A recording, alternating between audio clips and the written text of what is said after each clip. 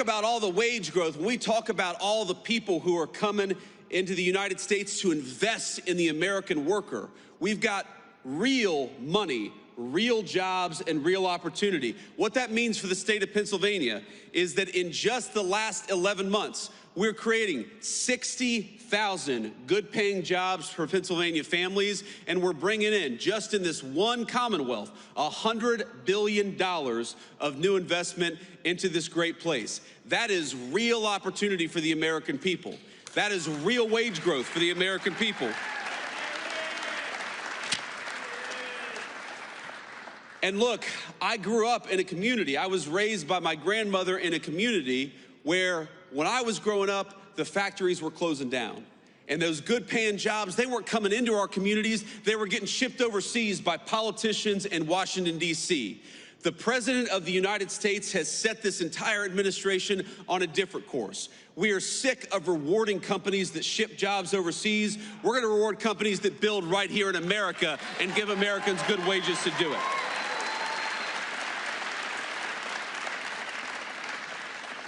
And you already see it, my friends, you already see it in some of the numbers that we're seeing. When I talk about what we are most proud of, I probably start with what we've been able to do at the southern border, and we'll talk about that in a second.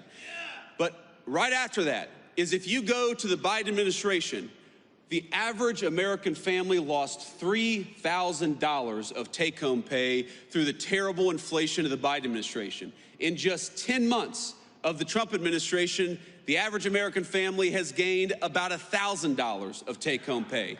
Now that difference could not be starker. When Joe Biden was president for 4 years, he took $3,000 out of your pocket. And in just 10 months of the president's leadership, we have put $1,000 back in your pocket. That's what that means.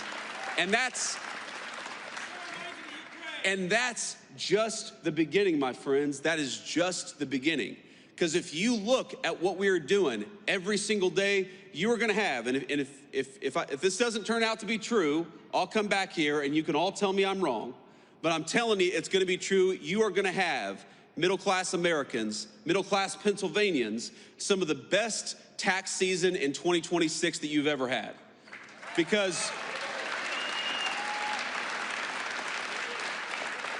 if you look at no taxes on overtime, no taxes on tips, when we talk about no taxes on your auto loans if you buy an American-made car, now those are political words. I'm sure you've heard them on TV, but starting with tax season in just a couple of weeks, you're going to see that in your tax refund. That's what that means. More money in your pocket because you've got a president and a Congress that are fighting for you for a change, and that's exactly what it should be.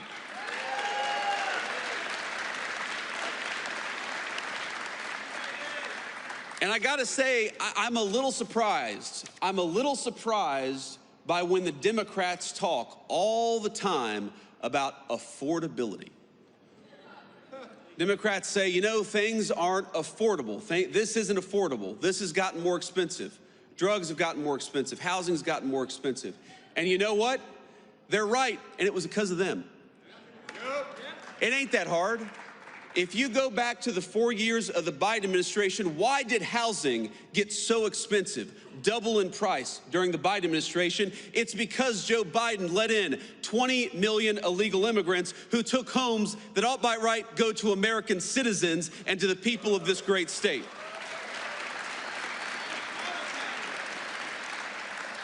When we talk about why did health care get so unaffordable during the Biden administration, it's because Joe Biden allowed prescription drug companies to take advantage of this country. You know, Europeans were paying way less for prescription drugs than our American citizens. It took Donald J. Trump to haul those pharmaceutical executives into the Oval Office and say, no more. Europe's going to pay more for drugs, and America's going to pay less for drugs because we got to fight for the American people for a change.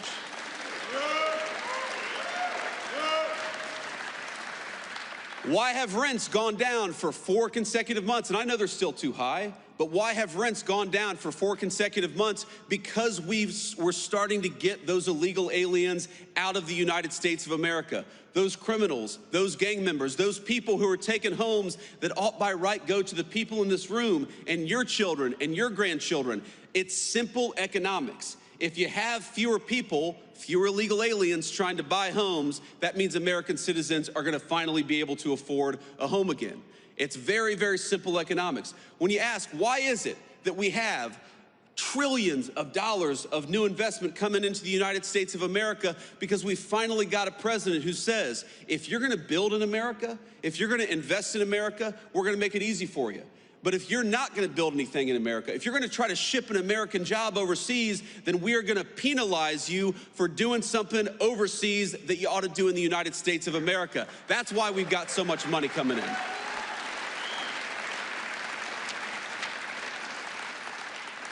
So if you look at every single affordability crisis that we talk about in the United States of America today, it's because we inherited a nightmare of an economy from Joe Biden.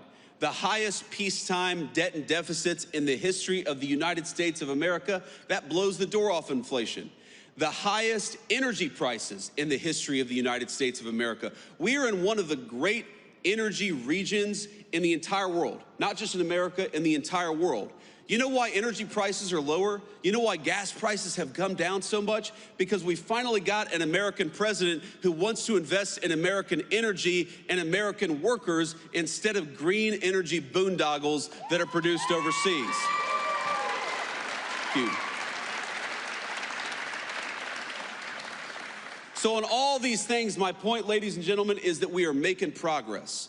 And I never forget where I come from, I never forget who I serve, and I know that there is so much more progress to be made. I remember my grandmother in times like this of the holidays. Of course, I think a lot of us remember the loved ones that we've lost. I remember my dear Mamaw, that's what I called her, and I was in a particularly hard math class in high school, and she said, what do you need to do well in this class? My grades weren't so good, and she went out, even though she could not afford even the essentials in life, she went out and got me a calculator, a very expensive calculator, so that I could do well in this math class.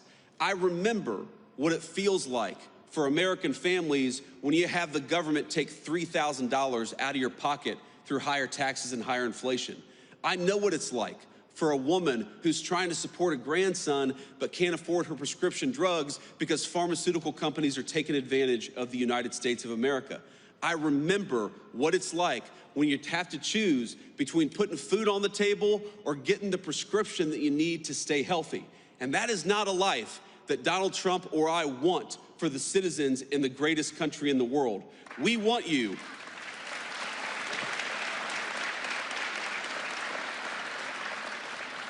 We want you to be able to afford the things that you have to give your kids and your grandkids a good life. We want you to check your credit card statement and for that to be an annoyance, something you gotta do rather than something that causes a lot of stress and anxiety. We don't want a single parent or grandparent to have to look at their checking account and decide whether they're gonna buy food or whether they're gonna buy medicine this month. We are fighting for you every single day. And I don't want you to think for 1 second that because Joe Biden gave us the worst economy in the world that we forget it. No, we know. We know exactly what we were left with. We know exactly the consequences that it's caused for so many of our great families all across Pennsylvania. And I promise you, there is no person more impatient to solve the affordability crisis than Donald J. Trump, the President of the United States.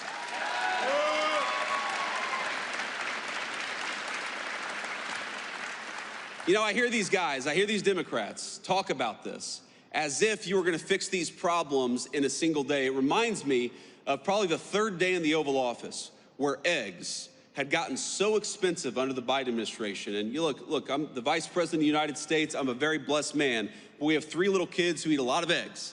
And so I know the price of a dozen eggs. So the price of eggs got really high during the Biden administration. It was the third day in the White House and some reporter said, what are you doing about the price of eggs? Haven't you seen they're so expensive?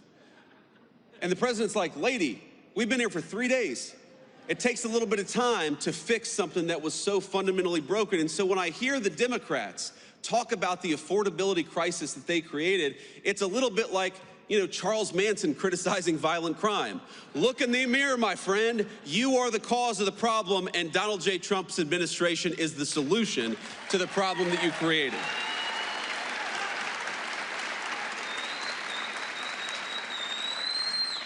I want to say one more thing here and then I want to take some questions from the reporters, and then we'll have to hit the road. But, you know, this is such an amazing time to be in Pennsylvania. As much as I complain about the cold, and I do, as much as I almost busted my rear end on the tarmac today, I love being in the great state of Pennsylvania during this time of year. I love Christmas time.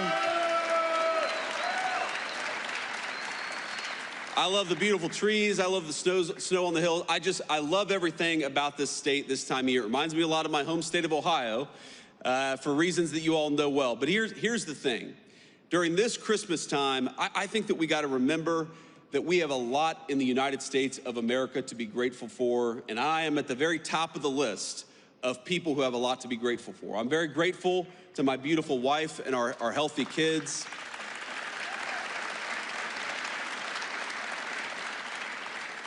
I'm very grateful to have this job, for the trust that all of you have put in me. I'm very grateful that we have a president of the United States who would literally take a bullet for this country, and in fact actually did.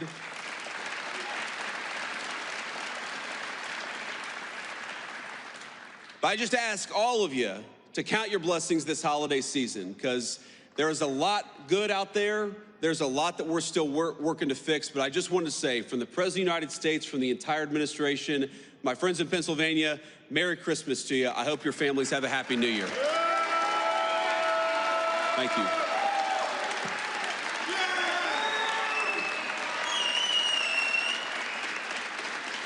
All right. Thank you all. Please sit down. Sit down. We're not done yet. We're not done yet. Please. All right. We're going to take a few questions from the reporters, and we're going to start with the most egregious of the fake news. Is that right, Luke? No. We're going to start with the local reporters who have some integrity. So let's start with our local cameraman, and then we'll move on to the fake news if we have some time. Sir or ma'am? Hi, I'm Jackson White from WITF in Harrisburg. Hey, Jackson. How you doing? I'm good. So many Americans are still reporting that they're experiencing high costs of groceries and other living expenses. How does the administration plan to lower those costs, and how long might that take for them to experience those lower costs?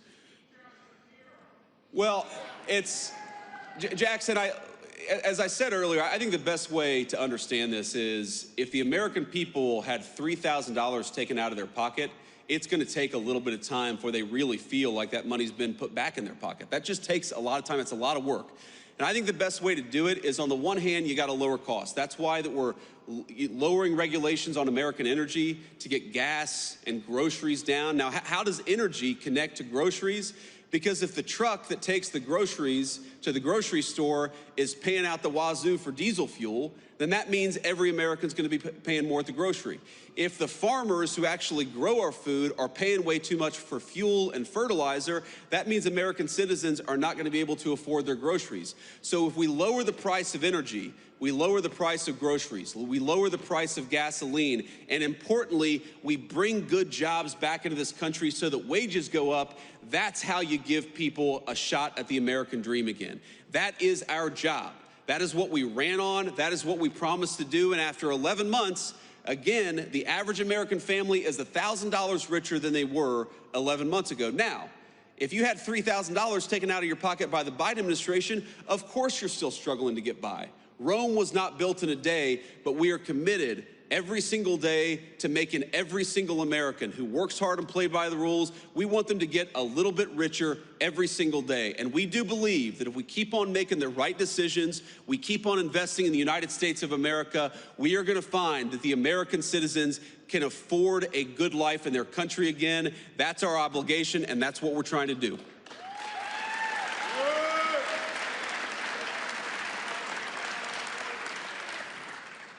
Good morning, Mr. Vice President. My name is Thomas Shortell. I'm a reporter with Lehigh Valley Public Media. Congressman Ryan McKenzie and a number of other battleground Republicans have been pushing to have tax credit extensions on the ACA. I was curious what your thoughts were on their efforts. Is that something that the administration is behind? So first of all, just on healthcare costs, if you look at some of the worst healthcare costs for American citizens, the biggest drivers of increased healthcare costs, it is the cost of prescription drugs. It simply got way too high, and it got too high because we allowed other countries to take advantage of it. I'm talking about the same exact drug that would cost $300 in Great Britain or $250 in France would cost an American $5,000 or $10,000. We were subsidizing the entire world's prescription drugs, and no president had the courage to put a stop to it. And Ryan McKenzie has been very supportive on this. Nobody had the courage to put a stop to it until Donald J. Trump said no. We are done getting fleeced on pharmaceuticals. Europe has to pay up so that our great American citizens can pay less. That's the most important thing that we've done. Now, you are right that the health insurance market, the health insurance system is totally broken. It's been broken for 15 years, and we're working with Congress, both Democrats and Republicans, to come up with a solution. You talked about premium support. We think that everything should be on the table, but Democrats and Republicans, they got to work together and put something on the president's desk to sign. Now, I will tell you, we've been involved in probably 10 different health care bills. You know, we've been talking to Ryan about it. We've been talking to my friend Bernie Moreno from the state of Ohio. We've been talking to Susan Collins about it. We've even been talking to a few of the reasonable Democrats who are putting ideas out there. But Congress has got to get us something to lower the cost of health insurance for American citizens. The Obamacare system was broken. Donald J. Trump wants to fix it, but Congress has got to step up here.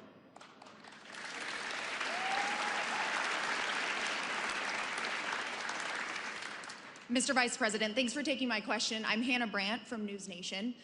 As I'm sure you know, recent polling shows most Americans don't approve of how the Trump administration is handling the economy. I hear what you're saying, that it's going to take time to fix things, but the political reality is that the midterms are next year. Are you worried that affordability is a political liability for your administration and for Republicans? Look, I'm not worried about the politics because I believe fundamentally in the wisdom of the American people. When we go out there and we tell our story that gasoline and energy got way too high under Joe Biden's administration, but we've lowered the cost of energy, the American people will understand that. The American people know that. When we go out there and talk about the fact that the affordability crisis that happened under Joe Biden's administration made a lot of Americans poorer, and we're working every single day to put money back in their pocket, I think the American people will understand and agree with that. Of course, they're going to be the ones who make the final decision. But I feel very confident that if we keep wages high, we keep energy prices low, we keep on chipping away at the affordability crisis created by Joe Biden's administration, yes, I believe the American people are going to reward us because the American people are smart.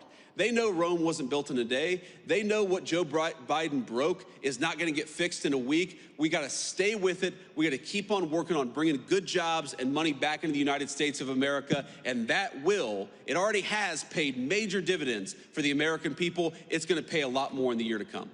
Thank you.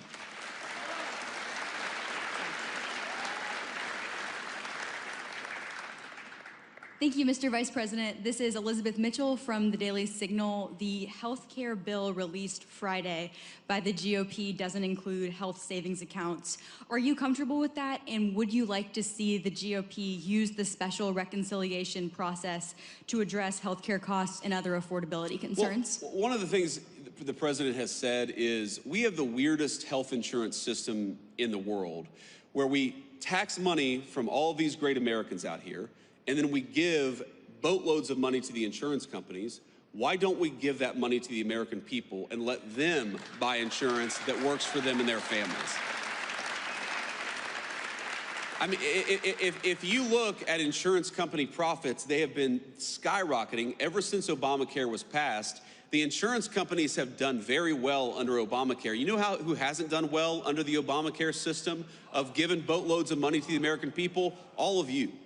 That's what's broken about this system. It's good for insurance companies and bad for Americans. We are trying to get to a health care policy that's good for Americans. We don't care.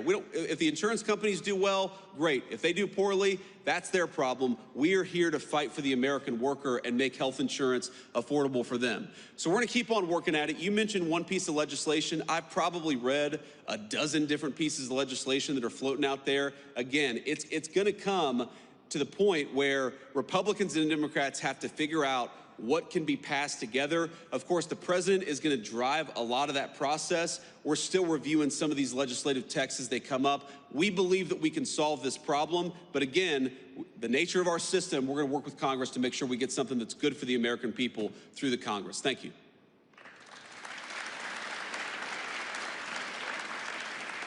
Thank you, Mr. Vice President. This is Iris Sentner from Politico. President Trump last week gave his economy a grade of A++++. What grade would you give the economy today? A++++.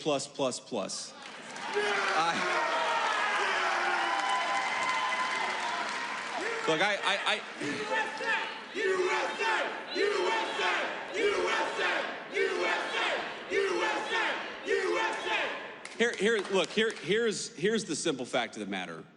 Again, you have to understand all of this stuff in context.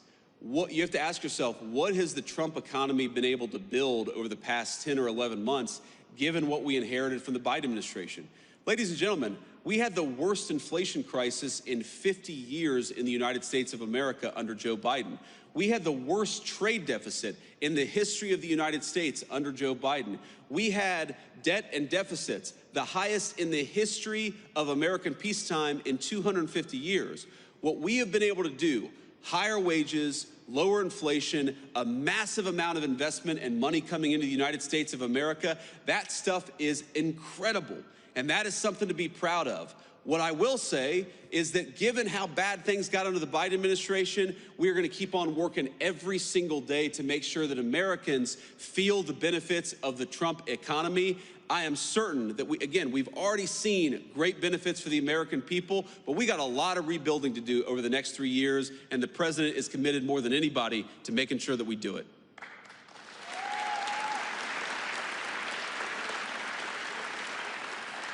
Hi there, Vice President JD Vance. This is Rob Manch with 69 News, WFMZ. The jobs report you mentioned this morning, you said 60,000 jobs were added in November. However, it also said 100,000 jobs were lost in October, and the unemployment rate currently stands at 4.6%, which is the highest since the pandemic. So my question is, how do you inspire companies to hire people? If people don't have jobs, income tax cuts aren't going to help them. Well, first of all, the idea that income tax cuts don't help is ridiculous. If more people have more money to spend in their pocket, that's good for businesses, it's good for families, it's good for everybody. It's one of the ways why we do this. When you talk about 100,000 jobs, you're talking about government sector jobs, and that is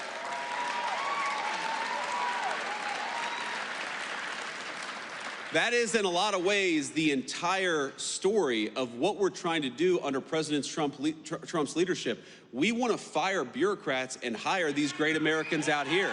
That's what we're trying to do. Now, you mentioned, this is an important point, you mentioned the unemployment rate ticking up to 4.6%. I think this is a very, very important point, because you know what that means? What that data shows, you got to get in the weeds a little bit. The unemployment rate only counts the people who are looking for work.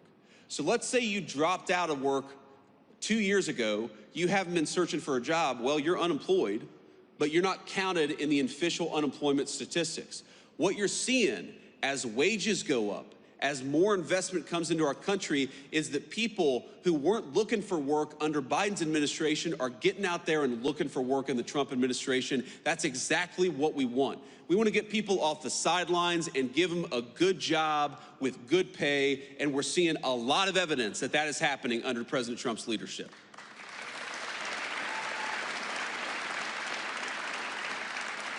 We'll take one more question. Mr. Vice President, Jacob Bogage from the Washington Post. It's good to see you. Good to see you too. Merry Christmas. Thank you. Same to you. Unfortunately, I have to ask a bit of an off-topic question from affordability because news events do intervene, and that is the interviews that White House Chief of Staff Susie Wiles gave to Vanity Fair, in which she's quoted as referring to you as, excuse me, and again, not my words, sir, but a conspiracy theorist of a decade, and described your transformation from someone who once opposed President Trump to now his vice president as an act of political expediency. And I'd like to give you the chance to respond to that, sir. Well, first of all, if Susie, I'll trust what you said. I haven't looked at the article. I of course have heard about it. But conspiracy theorist, sometimes I am a conspiracy theorist, but I only believe in the conspiracy theories that are true.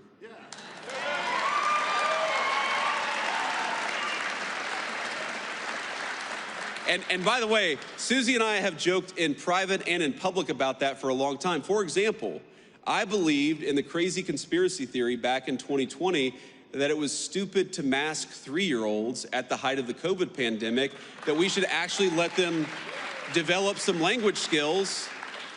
You know, I believed in this crazy conspiracy theory that the media and the government were covering up the fact that Joe Biden was clearly unable to do the job.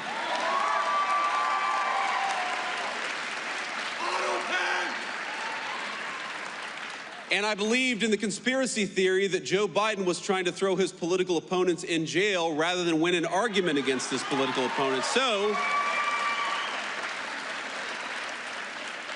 at least on some of these conspiracy theories, it turns out that a conspiracy theory is just something that was true 6 months before the media admitted it. And that's my understanding. Now, look, I do want to say something about Susie, though, because, again, having not read this article, Susie is a person I've come to know very, very well. And, you know, a lot of you probably ask yourself, what is it like behind the scenes? What's going on actually behind the scenes of the Trump administration? And I'll tell you, the president is exactly in private who he is in public. Like, I'll tell you a little story. Maybe a week or so ago, I walk into the Oval Office and Marco and I are sitting there talking with the president about something. He says, stop. And he looks at our shoes and says, you guys have terrible shoes. So he goes and gets a shoe catalog. And remember, this is the Christmas season, so the president's got some holiday cheer. He goes and gets a shoe catalog and gets his favorite shoes and orders like 4 pairs of shoes for me and 4 pairs of shoes for Marco, because he's like, you know, we need our vice president or secretary of state to look their very best. And, you know, then we went back to talking about whatever major, you know, international issue we were talking about. Again, he is exactly in private who he is in public. That's not true of most people in Washington, D.C. It's not. And I've seen so many people who will say one thing to the president's face, Democrats and Republicans, and then will do the exact opposite behind the scenes. You know why I really, you know what they are, and you know why I really love Susie Wiles? Because Susie is who she is in the president's presence. She's the same exact person when the president isn't around. I've never seen Susie Wiles say something to the president and then go and counteract him or subvert his will behind the scenes. And that's what you want in a staffer. Because as much as I love Susie, the American people didn't elect any staffer. They elected the President of the United States. And what you want, in a staffer is a person who understands they are there to effectuate the will of the American people, and they're there to follow the orders of the duly elected Commander-in-Chief of the United States. And Susie Wiles, we have our disagreements. We agree on much more than we disagree, but I've never seen her be disloyal to the President of the United States, and that makes her the best White House Chief of Staff that I think the President could ask for.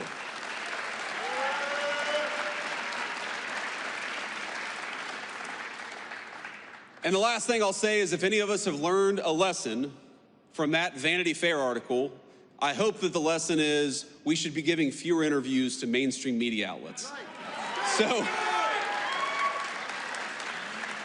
So with that lesson internalized, I'm going to stop taking questions and just leave you with one final note. And again, it's just a note of gratitude. This is the coolest job I've ever had. Agree with us or disagree with us, I'm sure that every single person in this room made something happen to get me to this job. You went out there and voted. Maybe you persuaded one of your relatives to vote, maybe even volunteered or knocked on doors or made phone calls for us. I will never forget that my job every single day is to make it so that you guys can have a safe and prosperous life in this country that all of us love. Thank you. Thank you. We inherited a mess, ladies and gentlemen. I'm not going to show